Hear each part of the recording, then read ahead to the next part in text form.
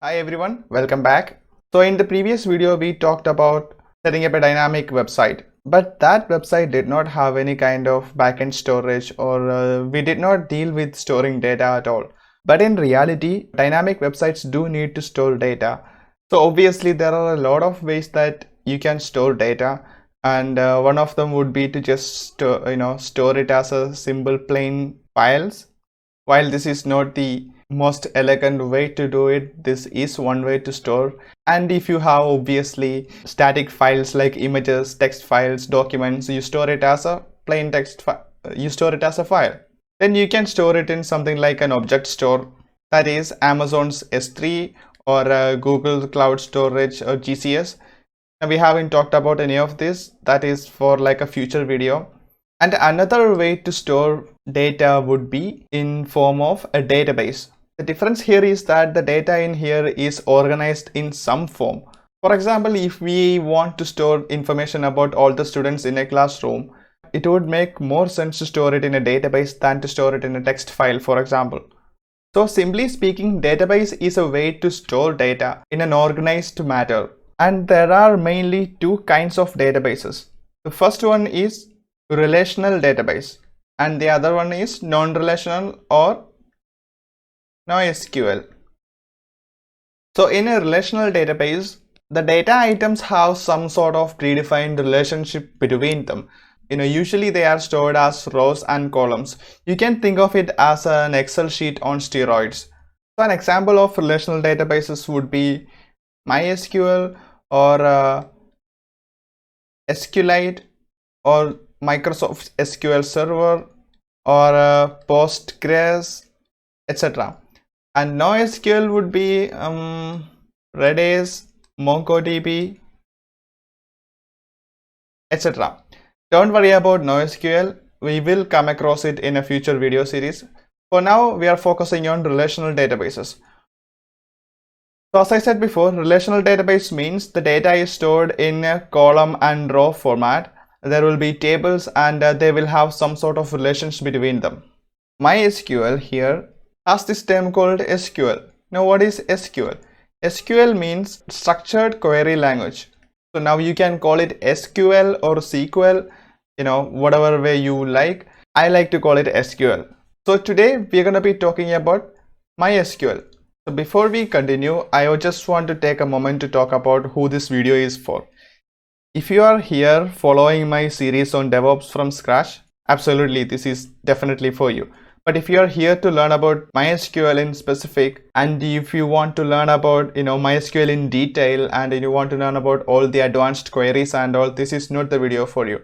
This video is focused more towards the operations and when you have to manage a database server. Now, of course, we're going to talk about some basic SQL queries, but keep in mind that the whole idea is so that you get to understand how to manage a database server and what it does and how it can be useful to us. So a long story short, we will not be talking about advanced SQL queries, but we will be mostly focusing on installing, managing the database server and basic queries like creating, deleting, updating, inserting, etc. So my aim with this video is for you to get a conceptual and a little bit of practical understanding of MySQL servers so that when you have to work with them, you will be comfortable. And as part of our roadmap, the next video I am supposed to do is setting up WordPress. But for WordPress, we need to talk about MySQL because WordPress uses MySQL as the backend to store the data. So now you may be thinking like, what is the relation between DevOps and MySQL? Depending on the size of the organization, they may or may not have a database administrator.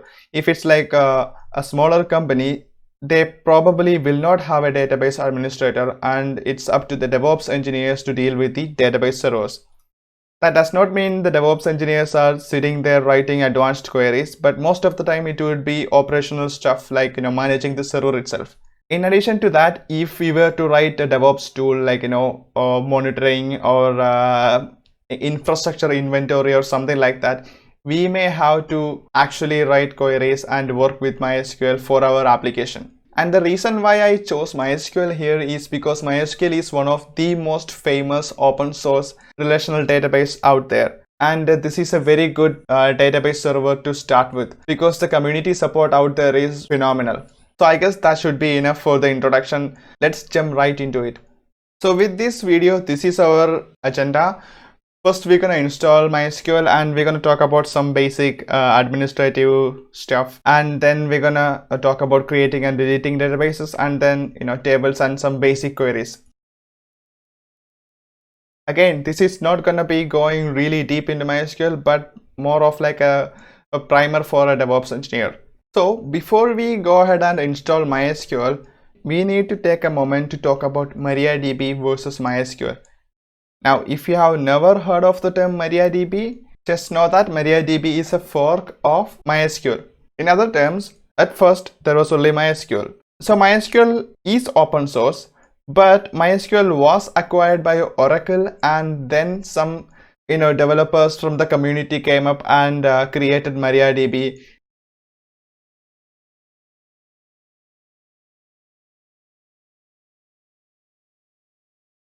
So for all our purposes, we are going to focus on MariaDB. The syntax and everything is essentially the same. There is some differences when it comes to the performance and some architectural changes, etc. But as far as we are concerned, creating the databases, managing them, etc. are exactly the same. They even use the same command MySQL to do all the tasks. So don't be confused. MariaDB is a fork of MySQL, but it's essentially the same as far as we are concerned. Alright, so let's go ahead and install it. So here I have logged into my Debian virtual machine again, and I'm just gonna do an apt-get update. Always good to do apt-get update before you run any installation commands. Wow, that was painfully slow. Anyway, now we can install MariaDB using sudo apt-get install MariaDB server. Press Y. Okay, so that also took a while, and we finally have our MariaDB or MySQL installed. I'm just gonna go ahead and call it MySQL to avoid confusion. Here, if you take a look at this installation log, you can see that it created a symlink from mysql.service to mariadb.service. So you can simply type in service systemctl start MySQL, stop MySQL, and it will work. It will still work. Now that MariaDB or MySQL is installed, we need to run a simple script to secure it. This script, MySQL secure installation, it comes with the MySQL installation package, and it's a simple script to get rid of some defaults and make our database server a little bit more secure. So we need to run that. So to do that, we just do sudo MySQL secure installation. Okay, so the first question it's going to ask us is to enter the root password. Remember, this is the root password for the MySQL user, not our Linux root password. So we haven't entered any password so far, so we're just going to press enter. So now it's asking whether we want to set a root password or not. So now in the latest version of Debian or Debian 10, MariaDB works with Unix socket based authentication for the root user, and it's best not to change the configuration relating to authentication for that. So we're just gonna say no here. Remember, we are not setting a password for the root MySQL user. So I pressed N, and now it's asking to remove anonymous users. We need to remove the anonymous users, so I'm just gonna give Y, and then it's gonna ask disallow root login remotely. That means nobody will be able to log into this database server as root. Remember, this is not talking about SSH login, this is talking about MySQL login. So we want to disable that. There is no reason for any user to log into the MySQL server as root from a remote system. And the next question is whether we want to remove the test databases and access to it. Yes, we do. And reload privileges. Why? Yeah, done. So we have the MariaDB or MySQL installed, and we have done some basic security scripts, and now we are ready to access our database server. So as I said before, we can simply connect to the MySQL server as a root user by using sudo MySQL. And it doesn't even ask for a password here because it's already configured for the root user to be able to access MySQL. Now if I try to run it without the sudo, it's not going to allow us because I haven't even created a user called Mansoor there. So I'm going to use sudo to log into MySQL, and we are in. So the first command that we can use is show databases. This will show all the databases that are currently available in the system. And by default, when you install a MySQL server, there are three databases: information schema, MySQL, and performance schema. And this is completely related to the MySQL installation itself. Don't worry about them at all. That means don't delete them, just leave it there. So now you can type it in smaller case or uppercase, it doesn't really matter. Now let's create a database. We can create a database using create space database space the database name. Let's create a database called DevOps. Don't forget the semicolon at the end. And now it has created the database. So if we take a look at show databases again, we can see that the DevOps database has been created. Now we can drop a database using drop the database name.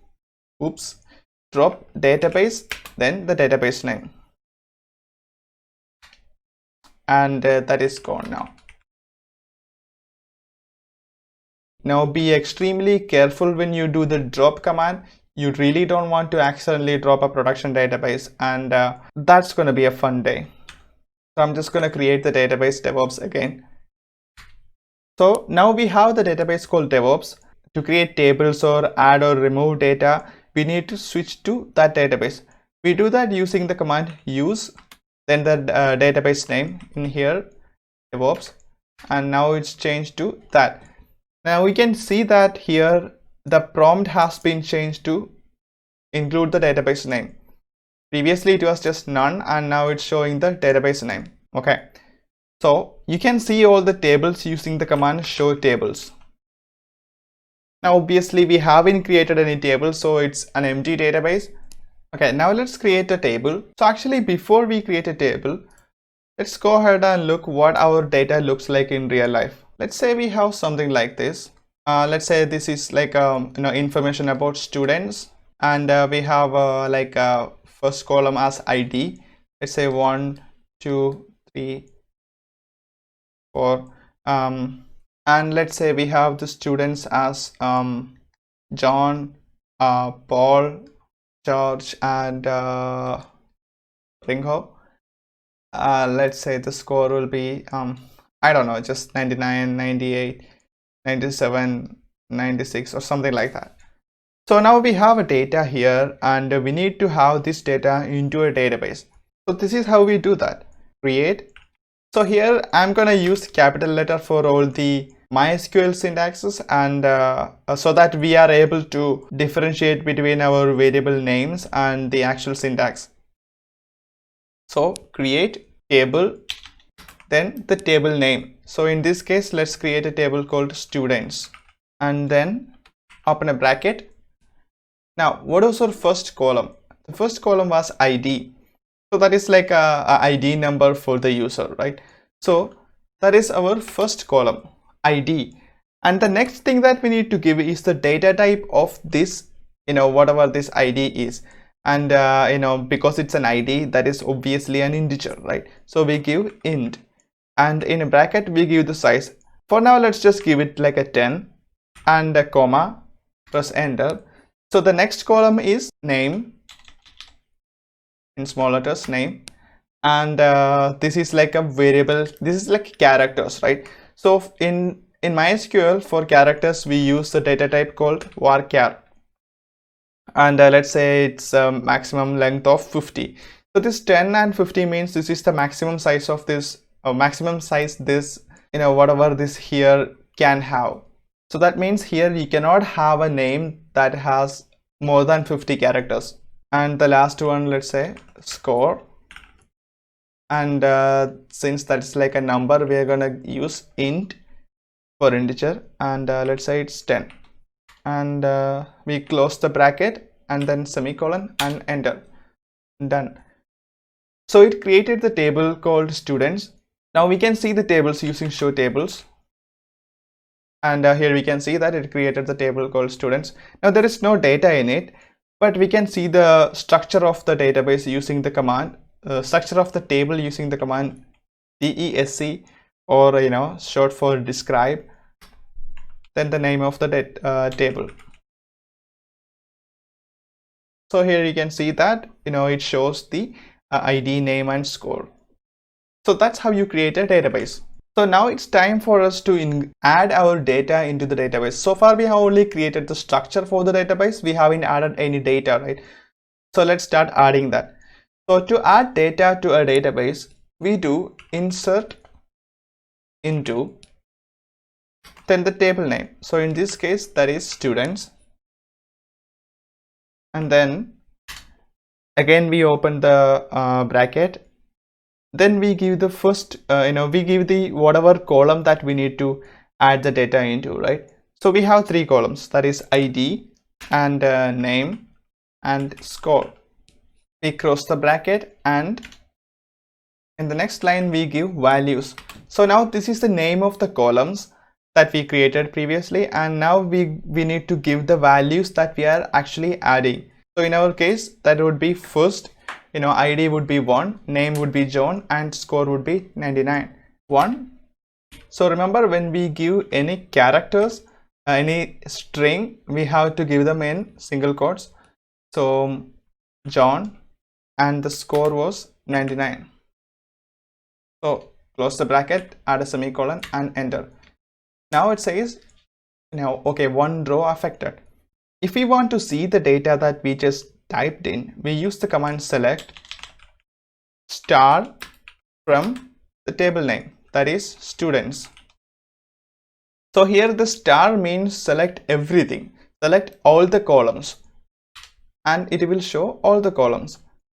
So now what if you want to see only the name from the database called from the table called students? So you just give select name from students, which will show only the names. Now let's just insert the remaining values. That would be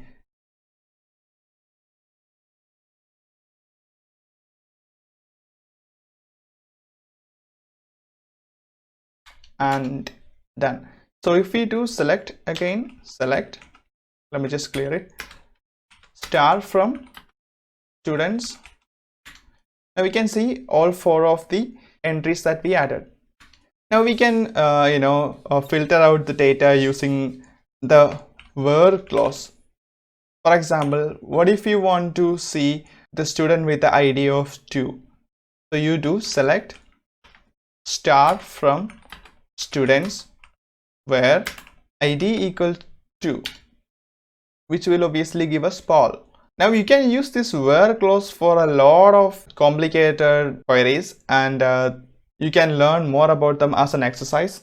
So basically that's how you read from the database and insert into the database. So the next thing that we need to learn is we need to update the database. So let me just do a select again. Let's say we want to update the score for George and increase it to 99. So we update it using the clause update, then the name of the table, which is students, and then the keyword set, because we are setting a value, right? And then whatever field that we need to set. In this case, we are only setting the score. So I'm just going to give score equals, let's say 101. Don't ask me why, just giving it 101. Now you can have more fields here, you don't have to update just one by one. You can update, if you want to update the name also, or some other value here, you can add that here. For example, if you want to update the name here, you just give George 1. I don't know. Now comes the important clause, which is where we only want to update it for George, who has the ID of 3, right? So we just say ID equals 3. Now if you execute the query, we can say that it says rows matched 1 and changed 1. So it updated the value of 1 row. So now if we see the table again, we can see that the George's name has been changed to George 1 and the score has been updated to 101. So that's how you update the values in a table. Okay, so we have talked about dealing with the databases, adding and removing data from a database. So now let's talk about managing users in here. Because in a production environment, you will have multiple databases in the same database server. Remember, a database server is a one MySQL server that is running. It can have any number of database according to its capacity. So chances are there will be more than one database in a database server, and there will be so many users that needs to access this database server. And for that reason, we need to give proper access control to each and every user. For example, let's say that your company has 2 different applications and they use 2 different databases, but they are both hosted on the same machine. Then we need to be able to give 2 different users 2 different accesses, so that one database user will not be able to access the data from the other database. Also, sometimes you may want to create multiple users in the same database itself, but with different permissions. There could be scenarios where you want to limit access to a user to a single table, or you want to limit the access of a user to only read-only permissions, or only for monitoring, etc. So in all of these cases, we need to be able to manage the permissions of all of these users in MySQL. Remember, we are talking about the permissions inside MySQL. This has nothing to do with the Linux permissions. Okay, so to view all the users in a MySQL system, you can use the query select star from MySQL.user. So this is going to show a lot of information. Let me back up a second. Now, as I showed you before, there is a database called MySQL. Let me go ahead and show you that.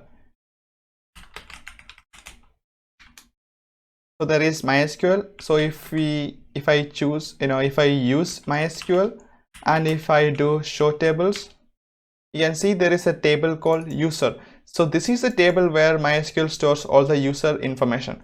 So when we do select star from MySQL.user, so this is a way where we can select from a database without having to do use first. So let me just go ahead and use DevOps again, so that I can demonstrate that again. So if I do this again, it shows all the information in that table, but this is not very readable. So there is an easier way to do that. You can do \G and it will display information like this. So there is only one user in here, which is the root user, and you can see that one row, the first row, and these are the values for that user. So now if you don't want to see all of this information, you just want to see say host, user and password. Now obviously you can use the same select host, user, and it will show it like this. Okay, so now let's create a new user.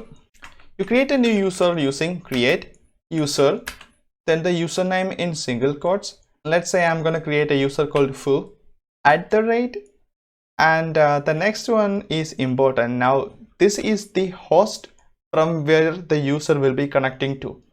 So now if I give localhost, this means the user can connect only from the same machine. I will demonstrate that in a second. And then identified by, so this is how you set the password. So identified, then there's a space, by, and then you type in the password in single quotes. Let's say the password is 123, and don't forget the semicolon. Okay, so it created the user. So if we take a look at it again, here we can see that it created the user, and here we can see that this user has a password, and this is obviously hashed password, and the root user does not have a password. That is because, as I said before, root user authenticate using a socket instead of a password. Okay, so now we have the database here, we have created a user, and now we need to talk about how we connect to the database as the user, right? So I have exited from the database, and Now, okay, to connect to the database, we use MySQL -u, then the username. In this case, it is foo, and then -p and the password. So now, do not put a space between this -p and the codes, otherwise it will not work. So now you are in as the user foo, but this is not a good practice to do this, because now you have your MySQL password stored in the bash history. So anyone who is doing the history command will be able to see your password here. So do not do this. Always use it like this. You just type in -p and then press enter. Now then type in the password. Alright, so remember, this is from the same machine. We are trying to connect to the MySQL from the same machine. What if you are in a different machine? So I am back in my WSL environment. Now this is my local machine. This is not the Debian virtual machine. Now we can connect using the same command MySQL, but MySQL is not installed, and we don't need to install the full MySQL server here. We just need to install the client. So we can install it using, I always mess up the password. Okay, so this is what happens when you run an installation command without running a sudo apt-get update. So what happens is, it says a 404 not found. Well, that is because we do not have the latest index. So always do apt-get update before running an installation command. Right. Alright, so we have installed the MySQL client. Now we can type in the command MySQL. By default, it will try to connect to the same machine. Okay, so to connect to our database server in the Debian virtual machine, we do MySQL -h. H stands for the host, and in this case, the IP address of the host is 192.168.0.110. 192.168.0.110, and the username is foo and the password. Okay, but it says can't connect to MySQL server. So now there are two things at play here. Let's address them one by one. So it didn't say that it's a permission error. It just says can't connect to MySQL on this port number. So remember our netcat tool. Let's take a look at what happens if I try to access port number 3306. Remember, port number 3306 is used by MySQL. We can see that here. If I go into the MySQL server and do netstat-tulnp, you can see that it's there in 3306. But if I do netcat, it says connection refused. Why is that? Again, if you remember from the Nginx lesson, here MySQL is listening only on the loopback interface. It's not listening on all the interfaces like SSH here. So that is why it says connection refused, because we are trying to access it from the private IP that is outside of the machine. So to fix that, we need to ask MySQL to listen on all network interfaces. Now remember, I'm doing this here only to demonstrate it. If in a production environment, if your MySQL database server is on the same machine as the application server, there is no reason to do that. But if your application server and the database server lives on two separate machines, you will need to do this. Alright, so we need to configure MySQL to listen on all network interfaces. And I do remember that there is a configuration directive that starts with a bind, but I am not sure where it is located.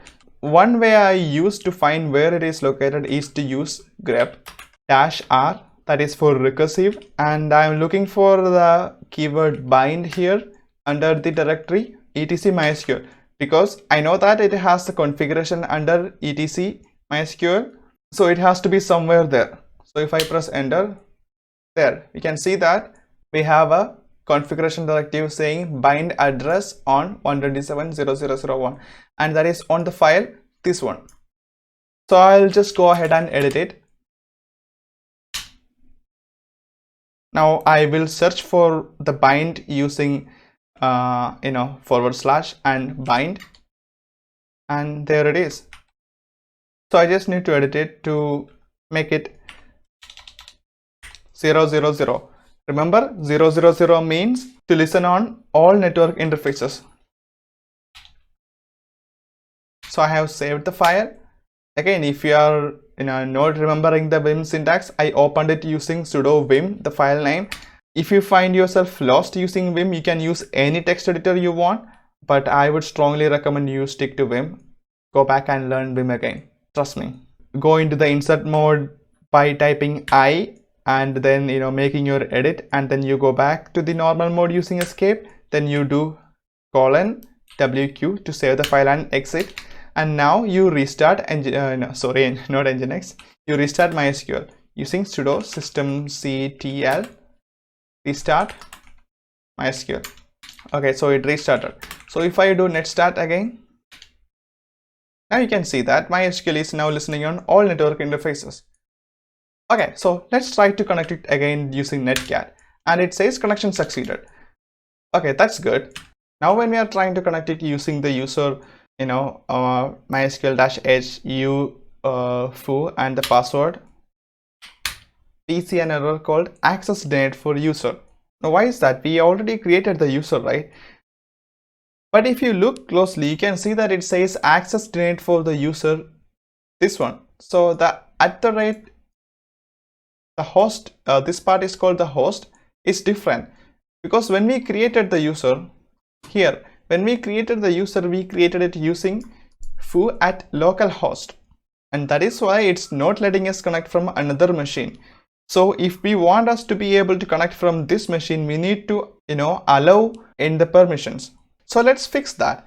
So to fix that, back in MySQL again, what we need to do is, as I mentioned before, the user information is stored in the database called MySQL under the table called .user. So we just need to update it. Oh, you know what? Let's take a look at that again. Select star from MySQL.user. Okay, so this is the second, this is the user. Username is foo, and the host is localhost. Okay, let's fix that. So we just need to update this, and change this value to whatever we need. So to do that, update MySQL.user, and we need to set the host equals.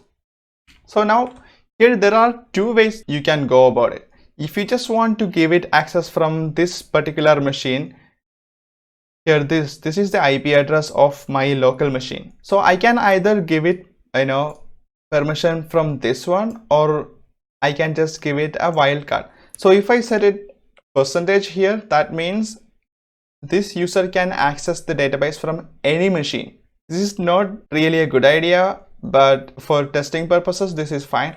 But for this case, I'm just gonna give it the permission. I'm just gonna give it a permission from this machine, which is my local machine.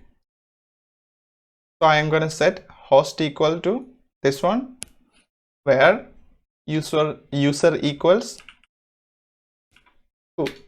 Now after we make any permission change, we need to do flush privileges so that the changes take effect. And if I try to access it again, now I'm able to access it. Now let's drop the user we just created. Drop user foo at, and so we drop the user. Let's just create it again, but this time with % identified by the password, which is 123, our super secure password. So this means the user can connect from any machine. All right, so that's all good.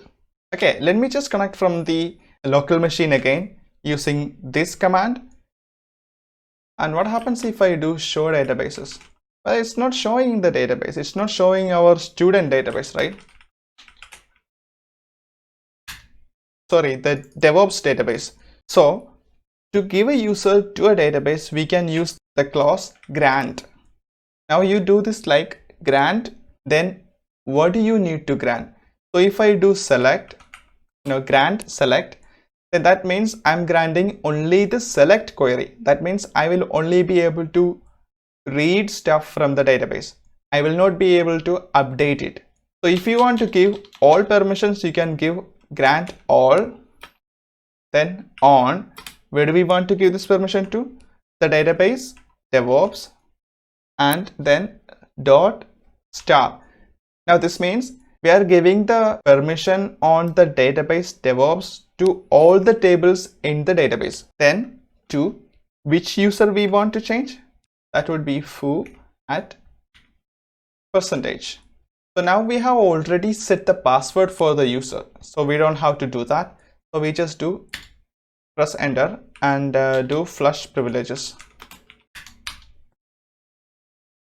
Now if I do show databases again, you can see that the DevOps database is now present.